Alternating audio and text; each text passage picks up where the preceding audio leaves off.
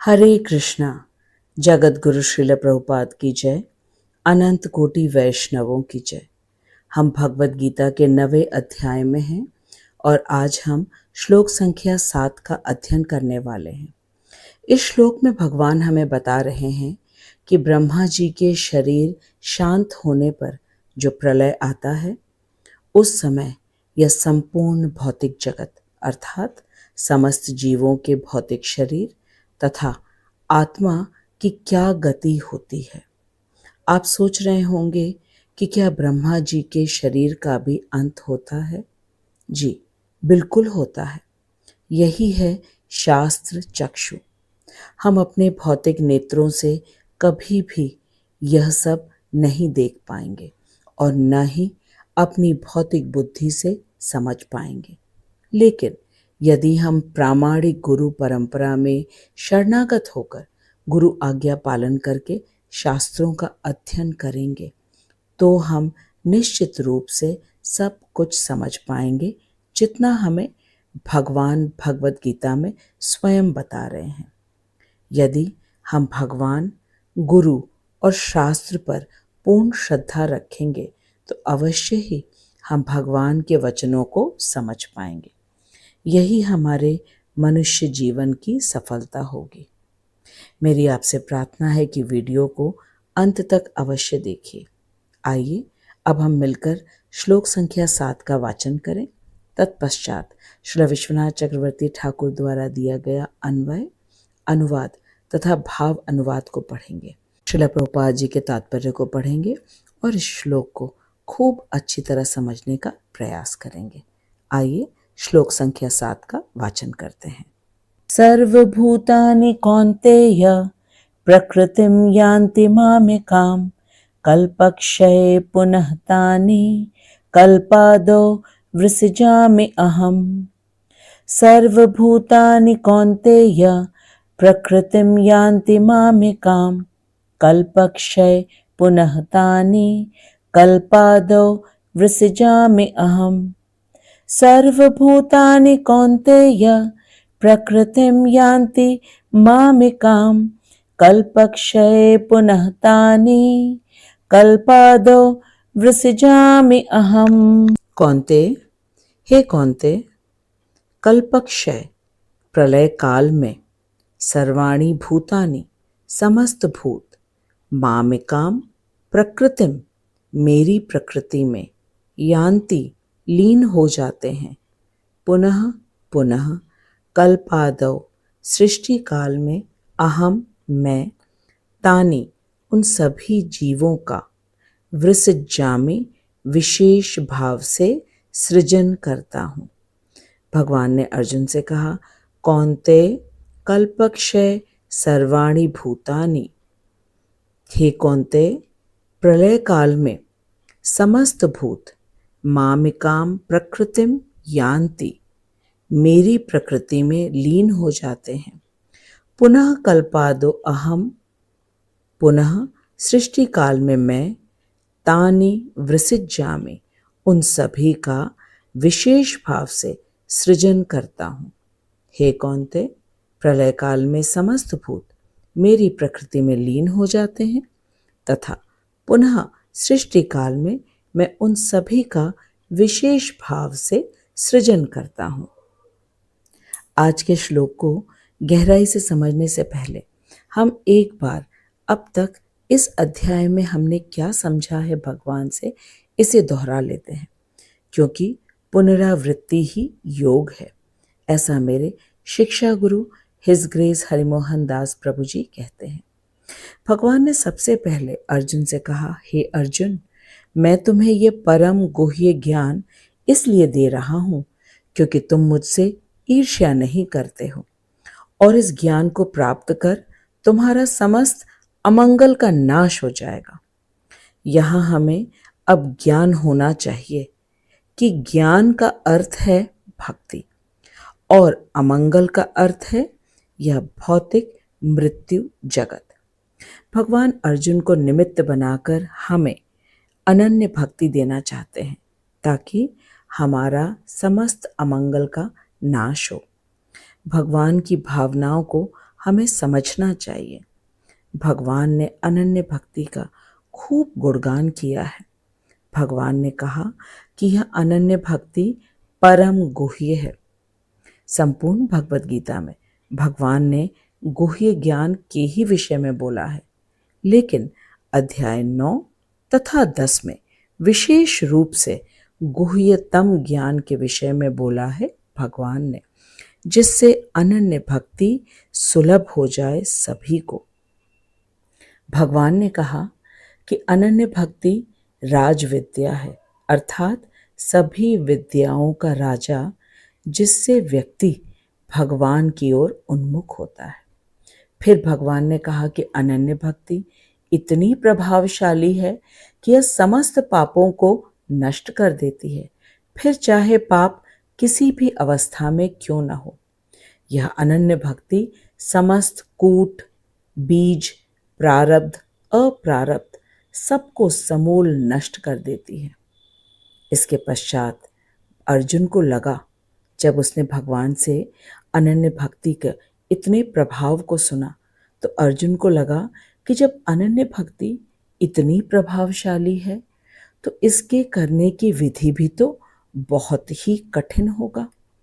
तो भगवान ने कहा कि अनन्य भक्ति सबसे सरल है। यह इतनी सरल है कि इसे कोई भी कर सकता है। भगवान तो एक तुलसी दल से बिक जाते हैं। जिसके पास कुछ भी धन नहीं है, वह मन से भी भगवान की भक्ति कर सकता है। भगवान उसे स्वीकार करते हैं, और जो कोई भी अनन्य भक्ति करने लगता है, उसे भगवान की प्रत्यक्ष अनुभूति भी होती है। प्रत्यक्ष अनुभूति का अर्थ है कि अब उसे भौतिक विषय या व्यक्ति रुचिकर नहीं लगते, बल्कि भगवान की कथा, लीला, हरिनाम संकीर्तन रुचिकर लगने लगते हैं, और वह हर समय भगवान के स्मरण चिंतन में लीन रहता है। जब अर्जुन ने भगवान से ये सुना, तो उसे एक आश्चर्य हुआ कि जब अनन्य भक्ति इतनी सुलभ है, इतनी सरल है, तो सभी अनन्य भक्ति क्यों नहीं करते हैं। इसके उत्तर में भगवान ने कहा कि जो श्रद्धा विहीन लोग हैं, उन्हें ये लगता है कि अनन्य भक्ति के गुणगान में बहुत ज़्यादा कह दिया गया है। वे अनन्य भक्ति पर अर्थवाद का आरोप लगाते हैं। अर्थवाद का आरोप का अर्थ है कि वे कहते हैं कि केवल अनन्य भक्ति अर्थात भगवान के स्मरण से भगवान मिल जाते हैं। इस विधि से कर्म, ज्ञान, ध्यान योग का फल मिल जाता है और व्यक्ति अनन्य भक्ति करने लगता है। ऐसा कैसे संभव हो। इन व्यक्तियों की सोच है कि अनन्य भक्ति की अति स्तुति कर दी गई है, जबकि भगवान स्वयं कह रहे हैं 8वें अध्याय के श्लोक संख्या 14 में, अनन्य चेता सततम यो माम स्मृति नित्यशः तस्याहं सुलभः पार्थ नित्ययुक्तस्य योगिनः। भगवान ने कहा, अनन्य चेता सततम यो माम स्मृति नित्यशः तस्याहं सुलभः पार्थ नित्ययुक्तस्य योगिनः। भगवान कह रहे हैं कि जो अन्य भावना शून्य होकर निरंतर प्रतिदिन मुझे स्मरण करते हैं, उन नित्य युक्त योगियों के लिए मैं सुलभ हूँ। भगवान कह रहे हैं कि वे सुलभ हो जाते हैं नित्य स्मरण से, लेकिन जो भगवान की बात पर विश्वास नहीं करते, उन्हें श्रद्धा विहीन कहते हैं, और ऐसे श्रद्धा विहीन लोग कभी भी अनन्य भक्ति नहीं कर पाते हैं। अनन्य भक्ति के गुणगान करने के बाद भगवान अब अर्जुन को अपने ऐश्वर्य के विषय में बता रहे हैं। भगवान ने अर्जुन को कहा कि मेरे ऐश्वर्य को देखो, क्योंकि ऐश्वर्य जाने बिना कोई भी दास्य भाव में सेवा नहीं कर पाता है, और हम सभी भगवान के नित्य दास हैं, परंतु भगवान की अभी हम नित्य सेवा नहीं कर रहे हैं। हम दास्य भाव को प्राप्त हों, इसीलिए भगवान अपना ऐश्वर्य अर्जुन के माध्यम से हमें दिखा रहे हैं। भगवान ने अर्जुन से कहा, हे अर्जुन, जरा मेरे ऐश्वर्य को तो देखो। मैं समस्त भूत भृत हूं, भूत भावन हूं, परंतु भूतस्थ नहीं हूं। भगवान ने कहा कि मैं भूत भृत हूं, भूत भावन हूं, परंतु भूतस्थ नहीं हूं। भगवान ने कहा कि मैं समस्त सृष्टि की रचना करता हूं। समस्त सृष्टि में प्रकृति एवं 84 लाख प्रकार के भौतिक शरीर आते हैं। सबकी रचना भगवान ही करते हैं, उनका धारण करते हैं भगवान, पालन करते हैं, परंतु वे इस भौतिक सृष्टि में नहीं हैं। भगवान ने कहा कि संपूर्ण सृष्टि उनमें है, लेकिन वे इस सृष्टि में नहीं हैं। ये बिल्कुल वैसा ही है जैसे यशोदा मैया को कृष्ण ने अपने मुख के अंदर संपूर्ण सृष्टि को दिखाया था। संपूर्ण सृष्टि उनमें है का अर्थ है कि संपूर्ण सृष्टि को भगवान ने अपनी बहिरंगा तथा अंतरंगा शक्तियों के द्वारा बनाया है और उसका पालन पोषण भी एकमात्र भगवान ही अपनी शक्तियों के द्वारा करते हैं। हम जिस भूमि पे खड़े हैं वह भगवान की है। जिस हवा में हम सांस लेते हैं वह भगवान ने दिया है। जिस पानी को पीकर हम जीवित हैं वह भगवान ने दिया है। जिस सूर्य के प्रकाश से हमें नया दिन मिलता है वह भगवान की एक विभूति है। जिस चंद्रमा से समस्त फल तथा सब्जियों में रस का संचार होता है वह भी भगवान की एक विभूति है। इत्यादि इत्यादि भगवान के अनेक विभूतियां। कहने का तात्पर्य है कि हम पूरी तरह भगवान के पालन पोषण पे ही जीवित हैं। इसीलिए भगवान ने कहा कि वे समस्त भूतों को धारण करते हैं, प्रत्येक जीवात्मा के साथ परमात्मा रूप में साथ में रहते हैं। यही है भूत भृत और सबका पालन पोषण है भूत भावन। लेकिन वे अपने मूल स्वरूप जो कि मध्यम आकार, पीतांबरधारी, मुरलीधारी, मोर मुकुटधारी कृष्ण रूप में सृष्टि में नहीं है। इसीलिए भगवान ने कहा कि मैं भूतस्थ नहीं हूं। भगवान ने कहा मैं हूं भी और मैं नहीं भी हूं। मैं अपनी अंतरंगा शक्तियों के द्वारा अवस्थित हूं, लेकिन अपने मूल स्वरूप में नहीं हूं। यही है भगवान का अचिंत्य भेदा भेद ऐश्वर्य। अचिंत्य भेदा भेद का अर्थ है कल्पना से अतीत भेद और अभेद। भगवान और उनकी शक्तियों में कोई भेद नहीं है और भेद है भी, क्योंकि भगवान अपनी शक्तियों से भिन्न हैं। भगवान शक्तिमान हैं और उनकी शक्तियां उनके आज्ञा अनुसार उनके कार्य करती हैं। भगवान इस पूरी सृष्टि की रचना केवल संकल्प मात्र से करते हैं। यह है भगवान का ऐश्वर्य। हम अपनी केवल इच्छा से कुछ भी नहीं कर पाते हैं, लेकिन भगवान केवल इच्छा करते हैं और उनकी शक्तियां सारा कार्य करती हैं। यह है भगवान का अचिंत्य ऐश्वर्य। भगवान ने अर्जुन से ये भी कहा कि यह जगत उनका परिणाम नहीं है, बल्कि उनकी शक्तियों का परिणाम है और यह जगत मिथ्या भी नहीं है। इसमें कोई भ्रम नहीं है। जैसे कि रस्सी में सांप का भ्रम, रस्सी कभी सांप नहीं होता, इसी तरह भगवान का भ्रम नहीं है ये जगत। भगवान सत्य हैं, नित्य हैं। जीव भी सत्य है, नित्य है, लेकिन जगत सत्य तो है मगर नित्य नहीं है। जगत मिथ्या नहीं है क्योंकि जगत भगवान की शक्तियों के द्वारा बना है।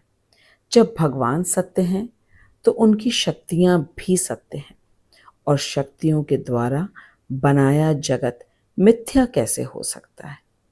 इससे भगवान ने परिणामवाद और विवर्तवाद दोनों का ही खंडन किया। विवर्त अर्थात जगत में भगवान का भ्रम। इसके पश्चात भगवान ने अर्जुन को आकाश तथा वायु के उदाहरण से बताया कि जिस प्रकार महान आकाश नित्य गमनशील वायु को धारण करता है, उसी प्रकार वे भी समस्त सृष्टि को तथा समस्त भूतों को धारण करते हैं।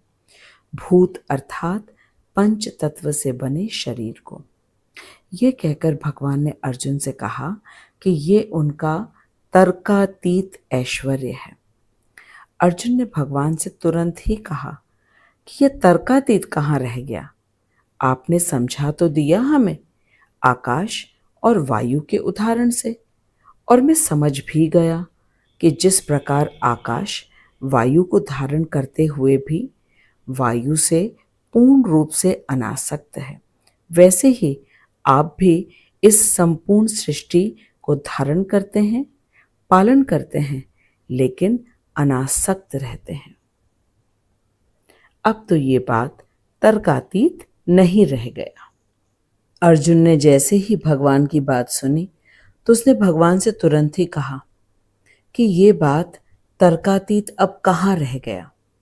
आपने समझा तो दिया है आकाश और वायु के उदाहरण से, और मैं समझ भी गया हूं कि जिस प्रकार आकाश वायु को धारण करते हुए भी वायु से पूर्ण रूप से अनासक्त हैं, वैसे ही आप भी इस संपूर्ण सृष्टि को धारण करके पालन करके अनासक्त रहते हैं। अब तो ये तर्कातीत नहीं रह गया। इस बात पर भगवान ने अर्जुन से कहा कि हे अर्जुन, आकाश और वायु दोनों जड़ वस्तु हैं, ये चेतन नहीं है। इसीलिए यदि आकाश और वायु एक दूसरे में आसक्त नहीं है तो ये बड़ी बात नहीं है।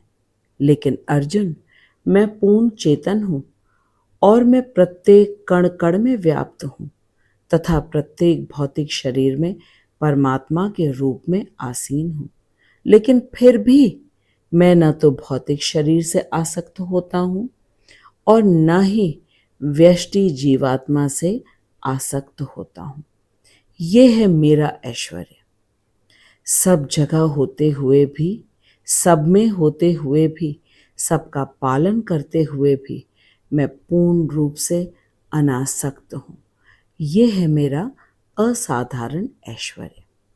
लेकिन इस ऐश्वर्य को साधारण मनुष्य कभी भी नहीं समझ पाएगा। जो व्यक्ति गुरु का पादाश्रय ग्रहण करेगा वही समझ पाएगा और मेरा ऐश्वर्य जानकर मेरी अनन्य भक्ति करेगा। ये थी अब तक के श्लोकों की पुनरावृत्ति। आइए अब हम आज के श्लोक को समझना आरंभ करते हैं। आज के श्लोक में भगवान ने कहा, हे कौन्तेय, प्रलय काल में समस्त भूत मेरी प्रकृति में लीन हो जाते हैं तथा पुनः सृष्टि काल में मैं उन सभी का विशेष भाव से सृजन करता हूँ। श्रील विश्वनाथ चक्रवर्ती ठाकुर कह रहे हैं कि भगवान ने यह श्लोक इसलिए कहा क्योंकि अर्जुन से यह प्रश्न अपेक्षित है कि वो भगवान से अवश्य ही पूछेगा कि सृष्टि के समय तो आप समस्त भूतों को धारण करते हो, लेकिन प्रलय के बाद क्या होता है? क्या होता है इन समस्त भूतों के शरीर को तथा जीवात्मा को? अर्जुन के इसी प्रश्न का उत्तर है आज का श्लोक कि मृत्यु के बाद क्या होता है भौतिक शरीर का और आत्मा का। भगवान ने कहा, सर्वाणि भूतानि मामेकाम यान्ति, अर्थात समस्त भूत मेरी प्रकृति में लीन हो जाते हैं तथा पुनः कल्पादो अहम तानि वृसिज्जामि, अर्थात पुनः सृष्टि काल में मैं उन सभी का विशेष भाव से सृजन करता हूँ। यहाँ हमें मुख्य रूप से ये समझना है कि ये विशेष भाव से क्या है। विशेष भाव से सृजन करता हूँ, भगवान ने कहा, तो ये विशेष भाव क्या है। श्री विश्वनाथ चक्रवर्ती ठाकुर कह रहे हैं कि इस भौतिक जगत का सृजन, पालन और संहार भगवान की इच्छा से ही होता है। आज के श्लोक में प्रयुक्त कल्पक्षय का तात्पर्य है ब्रह्मा जी की आयु समाप्त होने से। अध्याय 8 में हमने ये जाना था कि ब्रह्मा जी के प्रत्येक रात्रि में आंशिक प्रलय होता है, जिसमें ब्रह्मा जी के लोक के नीचे के 3 लोकों में प्रलय आ जाता है और रात्रि समापन होने पर और दिन की शुरुआत में ब्रह्मा जी फिर से इन लोकों में रहने वाले निवासियों के शरीर का निर्माण कर देते हैं। इस प्रक्रिया में ब्रह्मा जी के सत्य लोक पर कोई प्रभाव नहीं पड़ता है जब आंशिक प्रलय होता है। इस आंशिक प्रलय के समय ब्रह्मा जी के लोक के नीचे के 3 लोकों में रहने वाले जीवों के भौतिक शरीर ब्रह्मा जी में लीन हो जाते हैं और जीवात्मा महाविष्णु में पहुंच जाते हैं। फिर से नए दिन की शुरुआत में ब्रह्मा जी फिर से शरीर बना देते हैं और प्रत्येक जीवात्मा अपने विगत जीवन के कर्मों के अनुसार भौतिक शरीर को प्राप्त करते हैं। ये था आंशिक प्रलय के समय होने वाली प्रक्रिया। लेकिन आज के श्लोक में महाप्रलय की बात कही जा रही है भगवान से। भगवान के द्वारा महाप्रलय की बात कही जा रही है।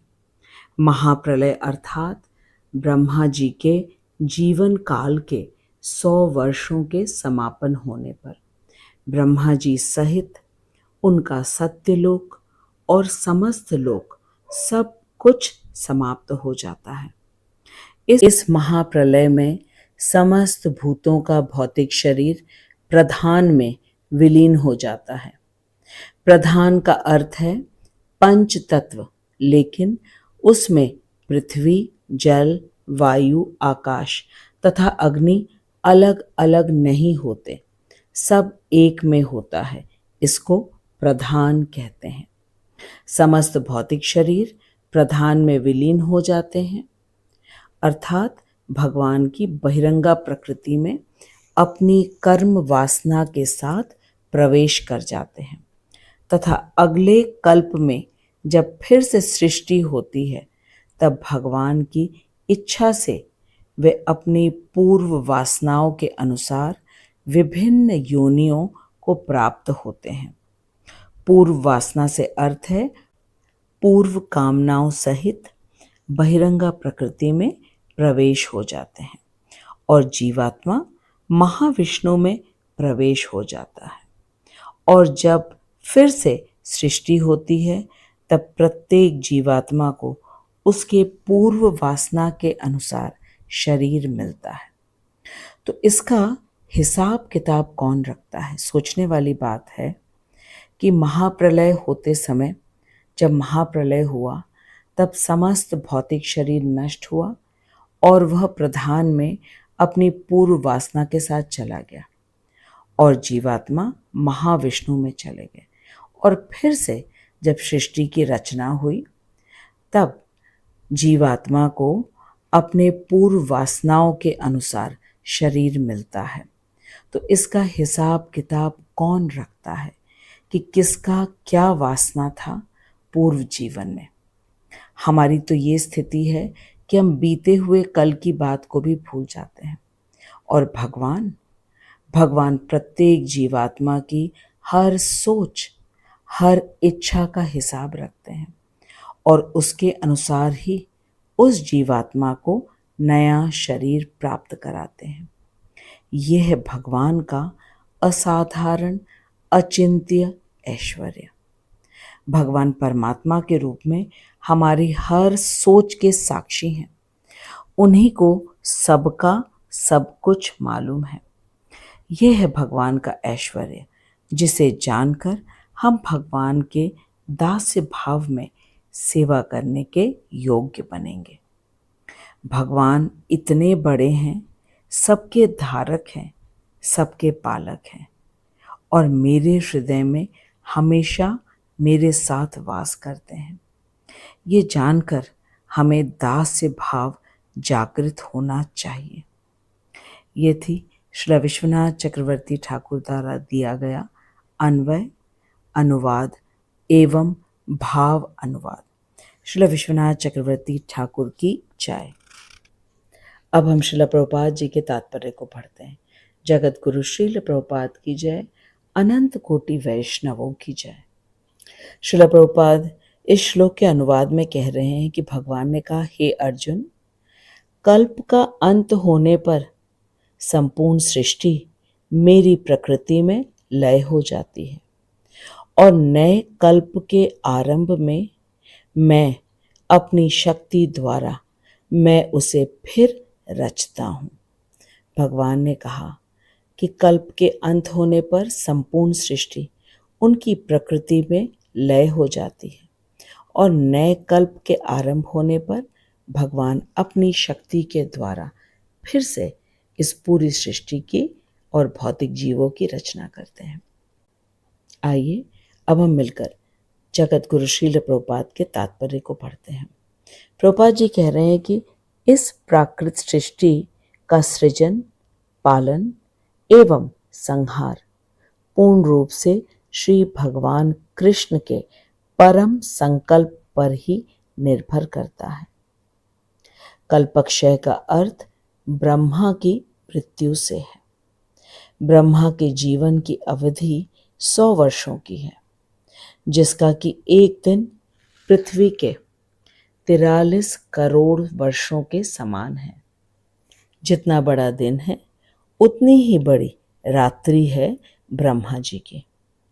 ब्रह्मा जी की इस रात और दिन को मिलाकर एक दिन होता है और ऐसे 30 दिनों से एक माह होता है और 12 महीनों से एक वर्ष होता है। ऐसे 100 वर्षों के बाद ब्रह्मा जी का देह शांत होने पर प्रलय हो जाता है। इसका अर्थ यह है कि श्री भगवान द्वारा अभिव्यक्त की गई शक्ति पुनः उन्हीं में लय हो जाती है। ब्रह्मा जी के 100 वर्षों के बाद महाप्रलय होता है। ब्रह्मा जी का भी अंत हो जाता है और साथ ही ब्रह्मा जी के लोक और अन्य समस्त लोकों का अंत हो जाता है। श्रील प्रभुपाद कह रहे हैं कि भगवान ने इस सृष्टि को अपनी शक्ति तथा स्वांश से बनाया, धारण किया और पालन किया और प्रलय काल में यह सृष्टि वापस भगवान के बहिरंगा और अंतरंगा शक्ति में प्रवेश कर जाते हैं। भौतिक शरीर बहिरंगा शक्ति में, जो कि उनकी महामाया शक्ति है, और जीवात्मा महाविष्णु में प्रवेश कर जाता है, अर्थात भगवान में ही प्रवेश कर जाते हैं, क्योंकि अंतरंगा और बहिरंगा दोनों ही भगवान की शक्तियां हैं। श्रील प्रभुपाद कहते हैं कि एक कल्प के अंत होने पर भगवान फिर से अपनी इच्छा के अनुसार सृष्टि में प्रकाश डालते हैं। वैदिक सूक्ति के अनुसार भगवान कह रहे हैं कि एक होने पर भी मैं बहुरूप धारण करूंगा।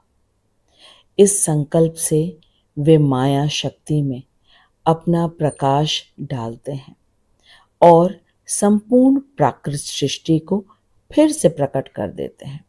भगवान माया शक्ति में अपने प्रकाश को डालकर और संपूर्ण प्राकृत सृष्टि को फिर से प्रकट कर देते हैं।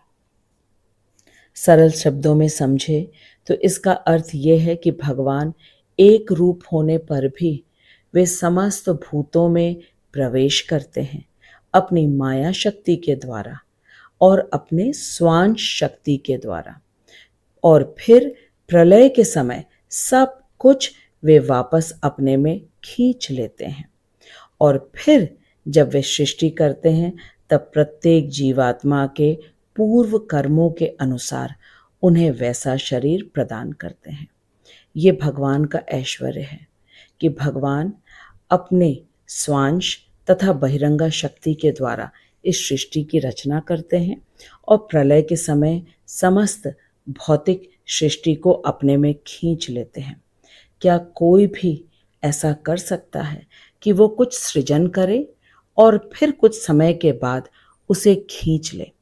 बहुत ही स्थूल उदाहरण से अगर हम इस बात को समझने का प्रयास करें तो माता पिता से संतान की उत्पत्ति होती है, लेकिन क्या माता पिता संतान को वापस अपने में खींच सकते हैं?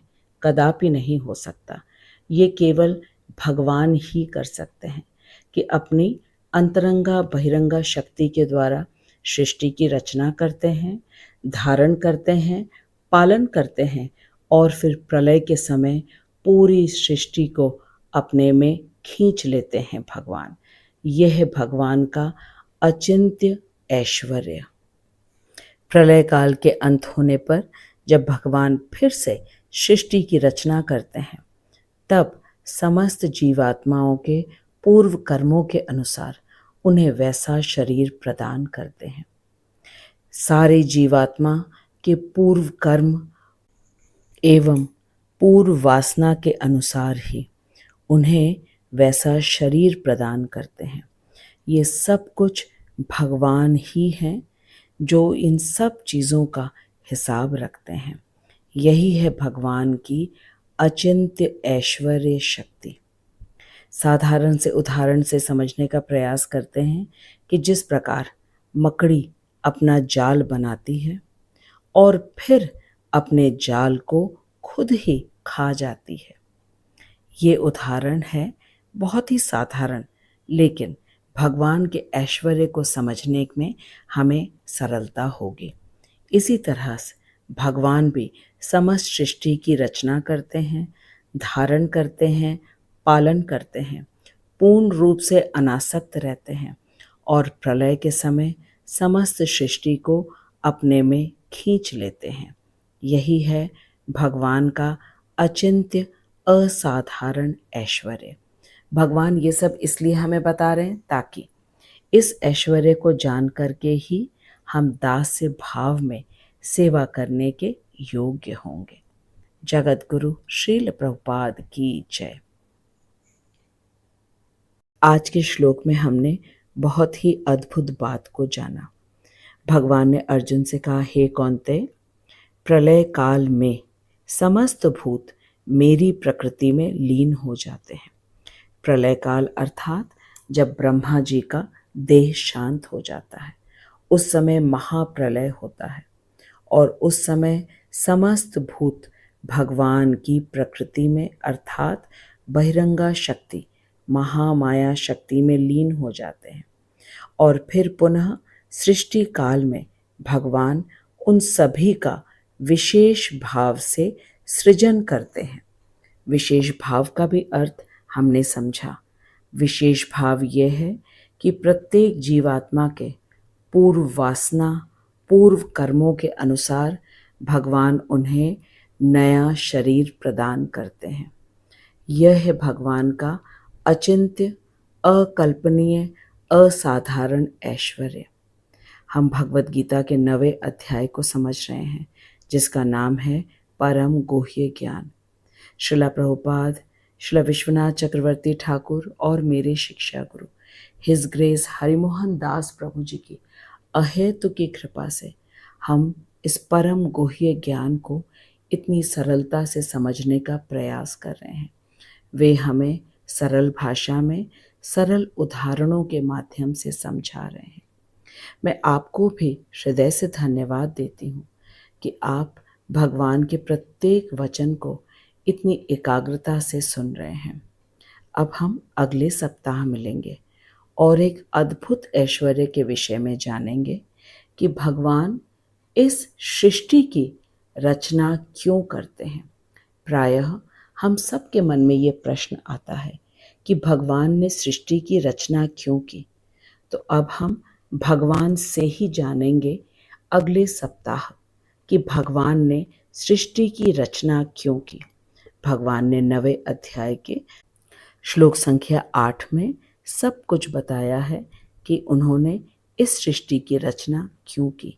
जानने के लिए 1 सप्ताह की प्रतीक्षा की आवश्यकता है और इस बीच आप खूब मन लगाकर इस वीडियो को देखिए, अन्यों के साथ शेयर कीजिए और खूब हृदय से हरे कृष्ण महामंत्र का जप कीजिए।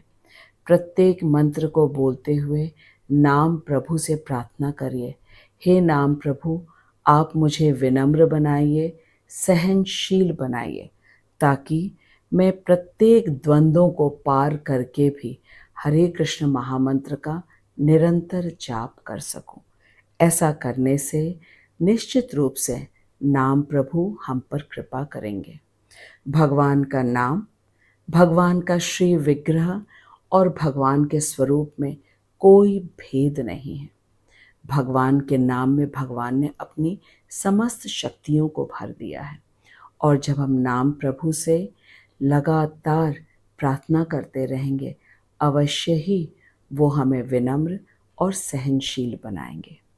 अब हम अगले सप्ताह मिलेंगे, तब तक आप खूब हरे कृष्ण महामंत्र का जप कीजिए और सदा प्रसन्न रहिए।